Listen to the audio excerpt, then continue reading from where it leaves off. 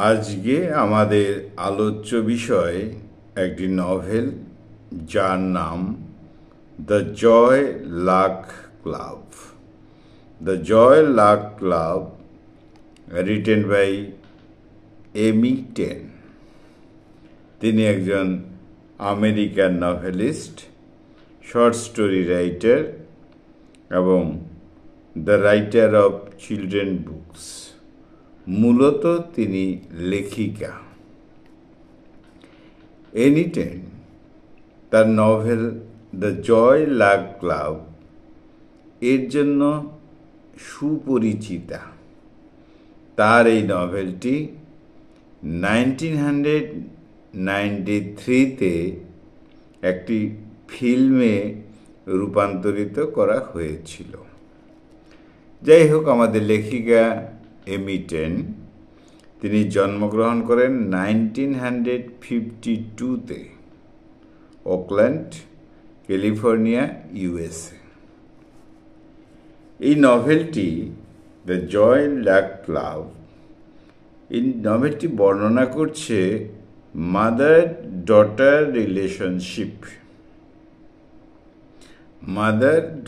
Relationship এবং এই নভেলটি publish করা হয়েছিল ইন 1989। এই নভেলের মধ্যে 4 জন ইমিগ্রেন্টস মাদার্সকে পাওয়া যাবে। তারা মাইগ্রেটেড হয়ে, অর্থাৎ চীন থেকে তারা সান ফ্রান্সিসকোতে এসেছিল, আমেরিকায় এসেছিল। তাদের জীবন কাহিনী, তাদের গল্পকথা নিয়েই এই novel the Joy Luck Club. এই নভেলটিতে 4 সেকশনস রয়েছে এবং ইচ সেকশন হ্যাজ 4 চ্যাপ্টার্স। তাহলে এই জয় লাক ক্লাব, এখানে এই 4 জন মাদার্স, তাদের কথা নিয়ে এবং তাদের 4 জন মেয়ে, তারাও কথা বলবে কেউ কেউ, এদের নিয়েই কিন্তু এখানে একটা কালচারাল বিষয়। একদিকে চাইনিজ মা, আবার অন্যদিকে এই মেয়েগুলো আমেরিকায় এসে সেই কালচারের সঙ্গে মিশে যায়। অর্থাৎ মা এবং মেয়েদের সাথে একটা ল্যাঙ্গুয়েজ, কালচার, ট্র্যাডিশন, এর জন্য ডিফারেন্সেস শুরু হয়ে যায়। কিন্তু মূলত পরে দেখা যাবে নভেলের শেষে যে মা এবং মেয়েদের যে সম্পর্ক, যে লাভ, যে বন্ডিং, সেটা ডিফারেন্সেস থাকা সত্ত্বেও মায়ের সাথে সন্তানদের যে সম্পর্কটা, সেটা অটুট থেকে যায়। তাহলে এখানে মেইন ক্যারেক্টার্সগুলো চাইনিজ মাদার, 4 জন। নম্বর 1 সো ইয়াং, নম্বর 2 লিন্ডো, 3 নম্বর মা হলো এখানে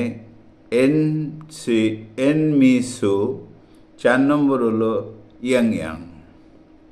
তাহলে এরা হলো 4 জন চাইনিজ মাদার। এবার এদের আমেরিকান ডটার্স রয়েছে। তাহলে মা এবং ডটার্সদের বিষয়ে আমরা যদি আলোচনা করি, চাইনিজ মাদার যার নাম সো ইয়াং, তার মেয়ে যে আমেরিকায় থাকে তার নাম হলো জিং মি। মায়ের নাম সো ইয়াং, চাইনিজ, আর মেয়েটা থাকে আমেরিকাতে, তার নাম জিং মি। পরবর্তী মা লিন্ডো। এই লিন্ডো মায়ের যে মেয়েটি আমেরিকায় থাকে তার নাম হলো ফেব্রুয়ারি। পরবর্তী মা এন মি সো, চাইনিজ, কিন্তু তার মেয়ে আমেরিকায় থাকে, তার নাম হলো রোজ শো। শেষোক্ত মাদার, চাইনিজ মাদার, যার নাম ইয়াং ইয়াং, তার মেয়ের নাম হলো লিনা। তাহলে আমরা পেয়ে গেলাম 4 জন মা, তারা চাইনিজ, কিন্তু এদের যে মেয়েরা তারা কোথায় থাকে? আমেরিকাতে। এবার চাইনিজ আর আমেরিকার যে ডিফারেন্সেস রয়েছে, ল্যাঙ্গুয়েজ, কালচার, ট্রেডিশন, সেই সব কিছুর দ্বারা মা এবং মেয়ে তারা যেন একাত্ম হতে পারছে না, এটা দেখানো হয়েছে নভেলের প্রথম দিকে। কিন্তু শেষ পর্যন্ত লেখিকা বলতে চেয়েছেন, অর্থাৎ নভেলিস্ট বলতে চেয়েছেন, যে এই যে ডিফারেন্সেসগুলো রয়েছে ল্যাঙ্গুয়েজের বা ট্র্যাডিশন, কাস্টম, কালচার, সব কিছুর ঊর্ধ্বে হলো মা এবং সন্তানের সম্পর্ক, এবং সেটা শেষ পর্যন্ত অটুট থাকে। তাহলে নভেল দ্য জয় লাক লাভ বলাই হলো এটা নভেল। এই নভেলের মধ্যে কি বলা হচ্ছে? The complexities of Chinese American identity, generational conflict and the relationship between mother's and daughters. তাহলে কি কি জটিলতা? Complexity of Chinese American identity, মা চাইনিজ, এবার সন্তান যখন এসেছে বিভিন্ন প্রক্রিয়া, গল্প কথায় আমরা পেয়ে যাব। তাহলে চাইনিজ আমেরিকান আইডেন্টিটি, এটা একটা সমস্যা রয়েছে। জেনারেশন গ্যাপ, জেনারেশনাল কনফ্লিক্ট, এটা তো রয়েছেই, এবং relationship between mother's and daughters, এই বিষয়ে রয়েছে এই নভেল দ্য জয় লাক লাভের মধ্যে। এই নভেলটি যে স্ট্রাকচার, সেটা কি হবে? মূলত 8 জন উইমেনকে নিয়ে বা তাদেরকে ঘিরে, কারণ 4 জন মা, আবার তার 4 জন ডটার্স, তার মানে 8 জন। এই 8 জন উইমেনকে নিয়ে কিন্তু এই জয় লাক ক্লাব, এখানে তারা একসঙ্গে মিলেমিশে এই ক্লাবটা তৈরি করেছে। কোথায়? আমেরিকাতে। কিন্তু এই ক্লাবের সূত্রটা কিন্তু চাইনিজে। যাই হোক, Joy Luck Club a group of women, তাদের স্টার্টেড ইন 1949 ইন চায়না। তাহলে প্রথম কিন্তু শুরু হয়েছিল এই মায়েদের দ্বারা চায়নাতে 1949, during the unbalanced years before the Chinese civil war.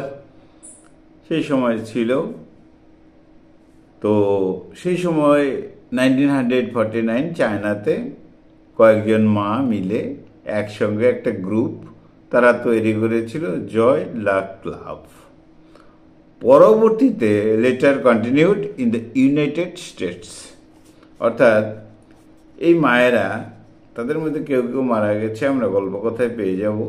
এই মায়েরা যখন আমেরিকায় আসে তাদের সন্তানদের দেখতে, তাহলে কী করে সন্তানরা আমেরিকায় এসে গেল, এটা একটা প্রশ্ন থাকে। বিভিন্নভাবে আমরা দেখব, গল্প কথায় রয়েছে যে তাদের মায়েদের মেয়েরা কিন্তু আমেরিকায় রয়েছে।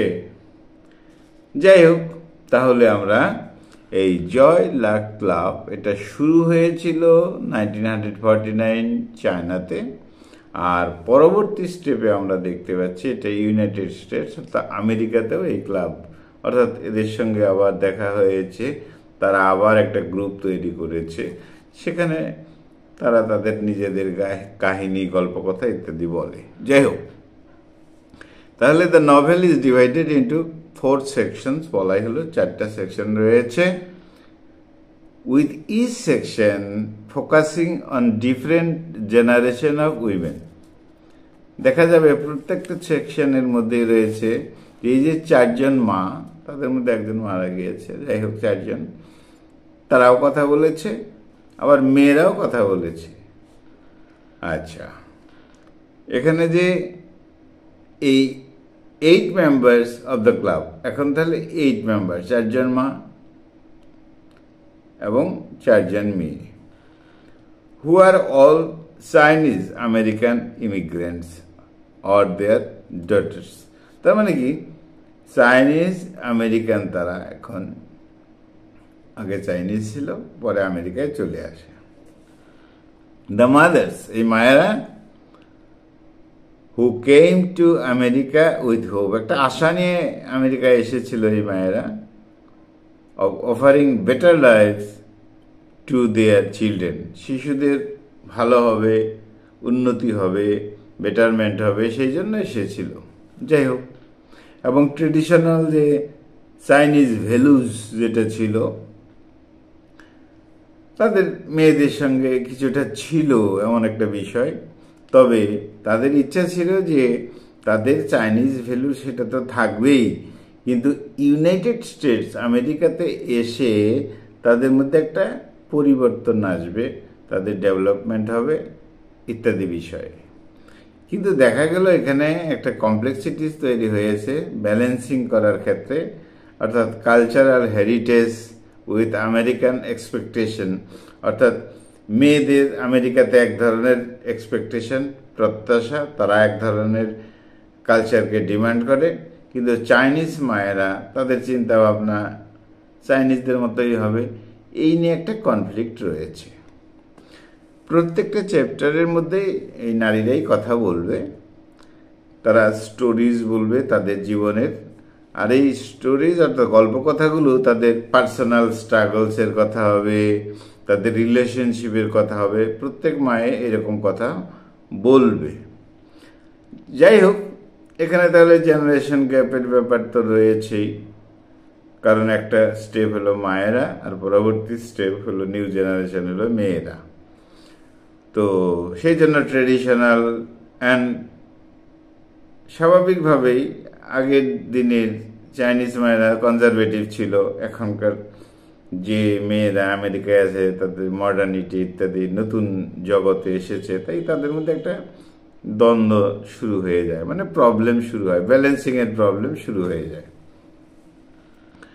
তো চাইনিজ মায়েরা তাদের ডিফিকাল্টিস বলতো, তাদের পাস্ট লাইফের ব্যাপার, অর্থাৎ চায়নাতে কিভাবে তাদের পরম্পরা ছিল, জীবনটা কিভাবে কাটতো, তাদের ফ্যামিলির যে গল্প কথা সবাই একসঙ্গে বসে বলতো। তার মধ্যে which includes war, sacrifice, loss, এইসব কথাগুলো থাকতো। এবার যে সেকেন্ড জেনারেশন, তাহলে ফার্স্ট জেনারেশন কাকে বলা হয়েছে? Mother's group.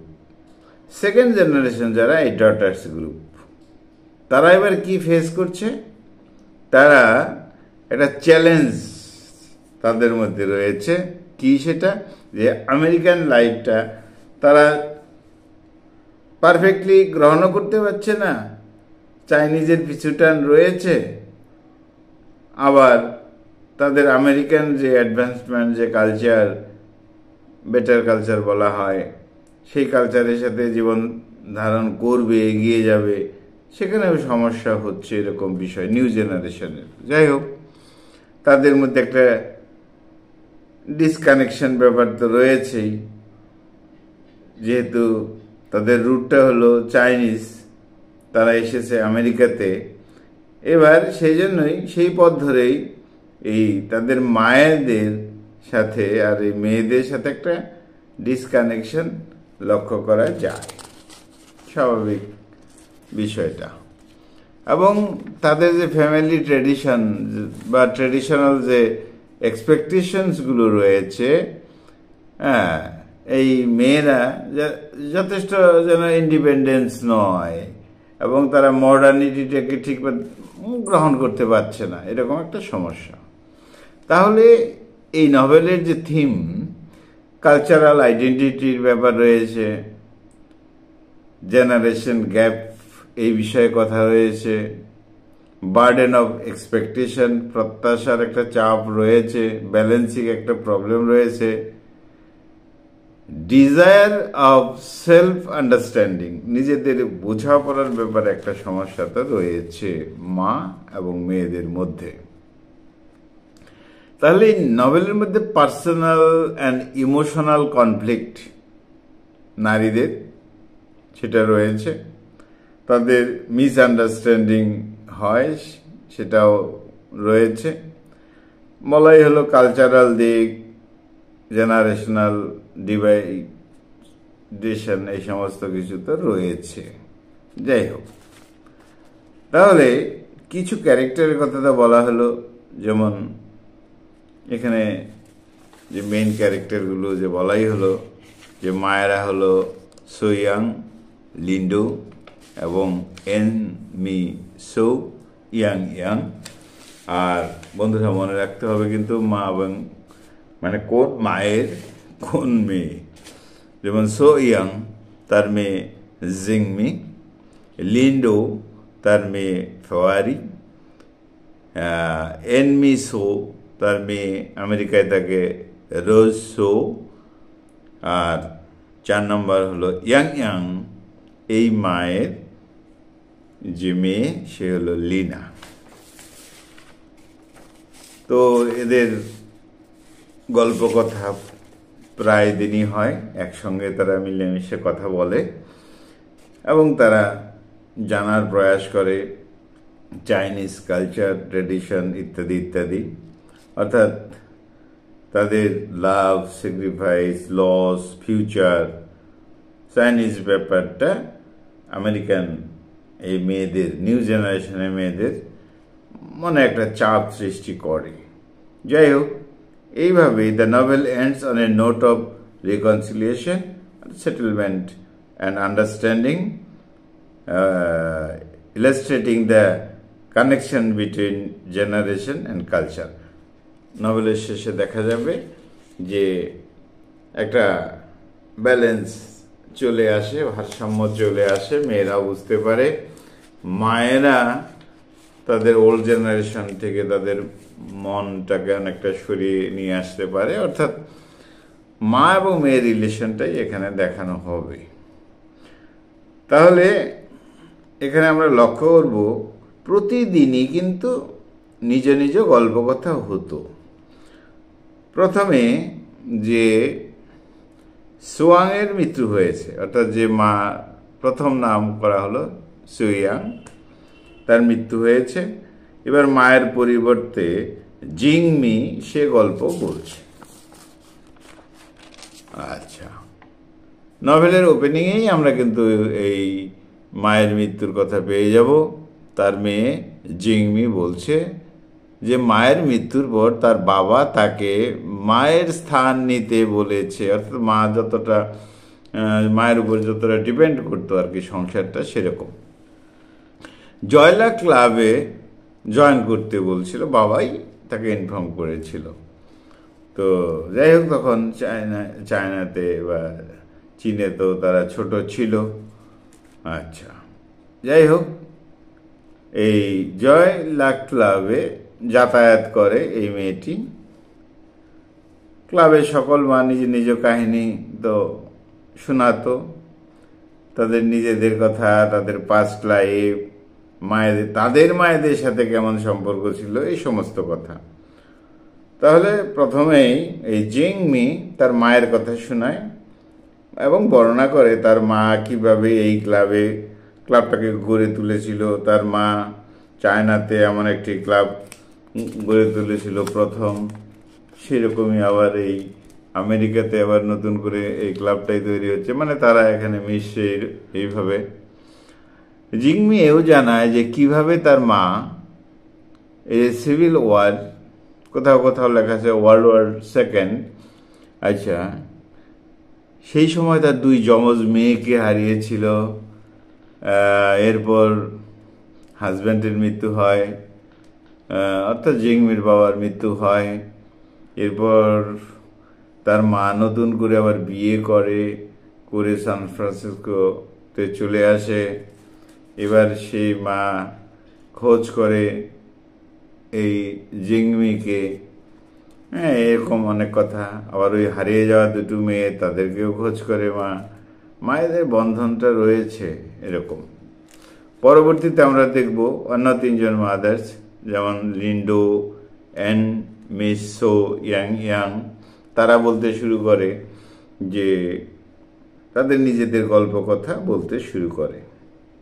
এইভাবেই কিন্তু এই থ্রি মাদার্স তারা চায় যে তাদের নিজেদের কথা, তাদের মায়েদের কথা, তাদের কালচার, তাদের ল্যাঙ্গুয়েজ, সমস্ত বিষয় নিয়ে তারা কথা বলবে। কিন্তু সমস্যার কারণ ছিল চাইনিজ মাদারের সাথে আমেরিকান মেয়েরা তো ল্যাঙ্গুয়েজে অনেক তফাৎ ছিল। তারা নিজেদের কথা তো বুঝাতেই যেন পারত না। তো যাই হোক, যেমন সোয়াং চাইনিজ ছিলেন, তার মেয়ে জিংমি আমেরিকান হিসাবেই বড় হচ্ছেন। তাদের ল্যাঙ্গুয়েজ, তাদের কালচারের মধ্যে একটা ডিফারেন্সেস তো রয়েছে। অর্থাৎ মা মেয়ের যে সম্পর্কটা থাকবে সেটা যেন তৈরি হচ্ছে না ল্যাঙ্গুয়েজের জন্য, কালচারের জন্য। যাই হোক, এরপর মাদার এন মি সো তিনি বলবেন, তার সময় এসেছে তিনি তার কাহিনী বলবেন। এনমিসো তিনি বলেন যে তার যখন 4 বছর বয়স তখন তার মা অন্য কারোর সাথে চলে যায়, কিন্তু পরে তার মাও এই এনমিসোকে দেখতে আসে, কেয়ার করে। যখন তার 5 বছর বয়স তখন মা তাকে নিতে এসেছিল। এরকম ব্যক্তিগত প্রত্যেক মা তাদের গল্প কথা একসঙ্গে বসে বসে বলতেন। ওখানে এরপর লিন্ডো, মাদার লিন্ডো, তিনি তার কথা বলেন যে লিন্ডো তার মায়ের সাথে তার কেমন রিলেশনশিপ ছিল সে কথাটা বর্ণনা করে। মেয়েরা সেগুলো শোনে। তার বিয়ের কম বয়সেই স্থির হয়েছিল মাদার লিন্ডোর, সে কথা বলে। লিন্ডোর ফ্যামিলিতে একবার বন্যার কারণে অন্যত্র চলে যেতে হয় যখন তার বয়স ছিল 2 বছর। এরকম ঘরোয়া অনেক গল্প কথা বলা হয়। 16 বছর বয়সে তার বিয়ে হয়। শ্বশুরবাড়ির অবস্থা তেমন ভালো ছিল না, খুবই খারাপ ছিল। পরিস্থিতিতে সে সুইসাইড করতে ইচ্ছা প্রকাশ করে মাদার লিন্ডো। পরে তার ডিভোর্স হয়ে যায়। কুসংস্কারের মতো কিছু বিষয় ছিল। পরে আবার আমেরিকায় চলে আসে। এরকম তাদের ব্যক্তিগত গল্পকথা এই নভেলের মধ্যে রয়েছে। তো যাই হোক, এইভাবেই গল্পকথার মাধ্যমে এই নভেল শেষ হয়েছে। তো এখানে তাহলে থিমটা হলো ইমিগ্রেন্ট মাদার্সদের কথা রয়েছে। মেয়েরা মায়েদের কথা তেমনভাবে জানতও না। রিলেশন বিল্ডিং যেভাবে হওয়া উচিত সেটা হয়নি। পরে মায়েদের সঙ্গে মেয়েদের দেখা হয়েছে বিভিন্নভাবে। আচ্ছা, মায়েদের যে স্ট্রাগল মেয়েরা জানতো না, আর বর্তমানে মেয়েদের যে স্ট্রাগল হচ্ছে মায়েরা বুঝতেও পারছে না। অর্থাৎ এখানে কানেকশন, ইন্টারজেনারেশন, ইন্টারকালচারের বিষয় রয়েছে ক্লাবের মধ্যেই। অর্থাৎ এই ক্লাবের যে সংস্কৃতি তার মধ্যেই দেখানো হয়েছে ইন্টারজেনারেশন, ইন্টারকালচার, বা তার মধ্যে যে ডিফারেন্সেস রয়েছে তা দেখানো হয়েছে। সব গল্পকথা কাহিনীর মধ্যেই বোঝা যেত। এখানে মাদার ডটার লেক অফ কমিউনিকেশনের জন্য এই পরিস্থিতিটা হয়েছে। যোগাযোগ ছিল না প্রথম দীর্ঘদিন। মায়েরা তাদের চাইনিজ ল্যাঙ্গুয়েজ, থট বুঝাতে পারত না মেয়েদেরকে, মেয়েরা মায়েদেরকে বুঝাতে পারত না, সমস্যা ছিল। তা যাই হোক, তো মাদার টাং ছাড়া ফিলিংস, ইমোশন শেয়ার করা খুব কঠিন হয়, এরকম কিছু বলা হয়েছে। তাছাড়া এখানে জেনারেশন গ্যাপ, ট্রেডিশনাল যে গ্যাপ সেটা তো রয়েছে। আন্ডারস্ট্যান্ডিং তেমনভাবে হয়নি। অর্থাৎ মায়েদের অনেক সময় সুপার ন্যাচারাল বলে মনে হতো, সিম্প্যাথেটিক মনে হতো না। এরকমভাবে গল্পকথা অনেকটা দুঃখের সঙ্গে গল্পকথা আসে। কিন্তু পরবর্তীতে দেখা যায় যে মাদার ডটারের মধ্যে একটা কাস্টমটা মিক্সড করে দেওয়া হয়, একে অপরকে বুঝতে পারে এবং প্রমাণ হয়ে যায় যে দ্য জয় লাক ক্লাবে যে গল্পকথা হতো মায়েদের বা মেয়েদের সাথে, পরবর্তীতে এই যে ল্যাঙ্গুয়েজ প্রবলেম, এই যে হেরিটেজের যে প্রবলেম ইত্যাদি ইত্যাদি সব কিছু ছাড়িয়ে কি হয়ে যায়, মা এবং মেয়ে তাদের রিলেশন, তাদের লাভ একে অপরের প্রতি যে রেসপেক্ট সিম্পেথি, সেটা অনেক, তাদের যে হিউম্যান বন্ডিং যেটা, সেটা অনেক বড় করে দেখানো হয়। এই ছিল বন্ধুরা আমাদের আজকের আলোচনার বিষয়, the Joy Luck Club novel written by Amy Tan. বন্ধুরা খুব ভালো দেখো, আমার চ্যানেলটা সাবস্ক্রাইব করো। Thank you.